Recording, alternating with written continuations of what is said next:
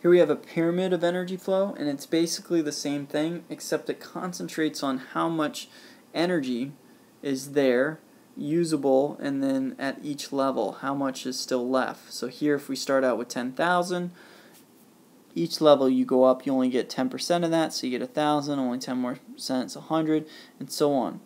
And here's another energy pyramid. Looking here, we have our producers, primary consumers, secondary consumers, and then the tertiary consumers. And this is the amount of energy. And the energy going from one to another, you see that majority of it is lost to heat. And you also have your decomposers here as well. That energy is lost to heat. Primary productivity of an ecosystem is very important to understand because it tells you how much food or energy is available within your ecosystem. And to figure out primary productivity, it's in your book, and I'll see if I'll write it here somewhere. Let's see if I can get a different color. Let me get blue. I'll do red. Okay, so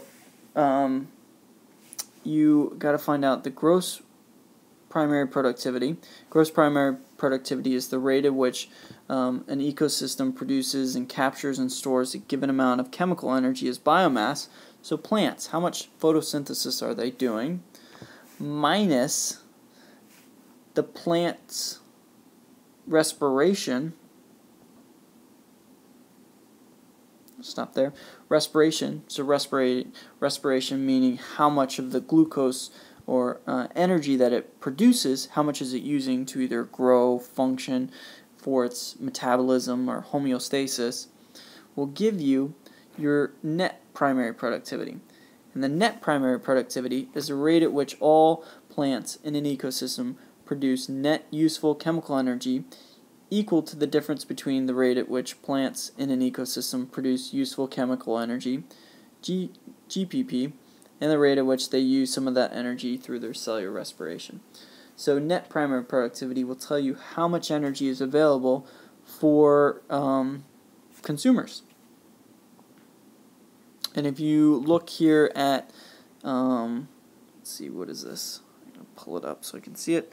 Average net primary productivity of certain areas, you can see which one at the top, what has the highest NPP. Swamps and marshes, then we have tropical rainforests, and which ones tend to have the least? Deserts and extreme deserts. Aquatic ecosystems, which ones have the most?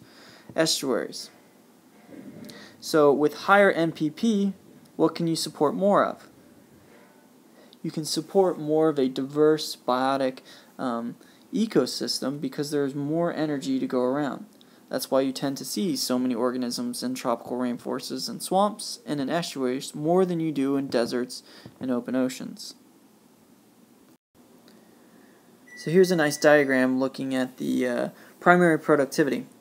Sun gives off energy, plant captures energy, plant uses some of that energy for growth and reproduction, and then if you take the gross primary productivity minus that of what it uses, you get the net primary productivity. And that will tell you how much energy is available for other biotic consumers within that ecosystem. The three most product systems are swamps, marshes, tropical rainforests, and estuaries. The three least, tundra, desert shrub, and extreme desert. So here's a map of the world looking at GPP around the world. Now areas that are darker and dark green have higher GPP, where areas that are white or red or yellow have very low GPP.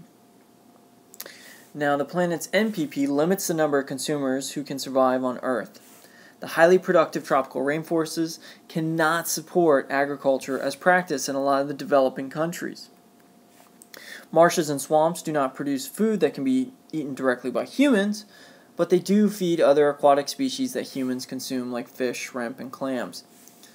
Humans, as our increasing population size, are using and wasting and destroying biomass faster than the producers can make it.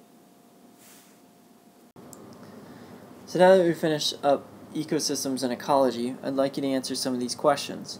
You do not need to write the questions, but please have answers in complete sentences, and need to have this ready by the date stated on Progress Book.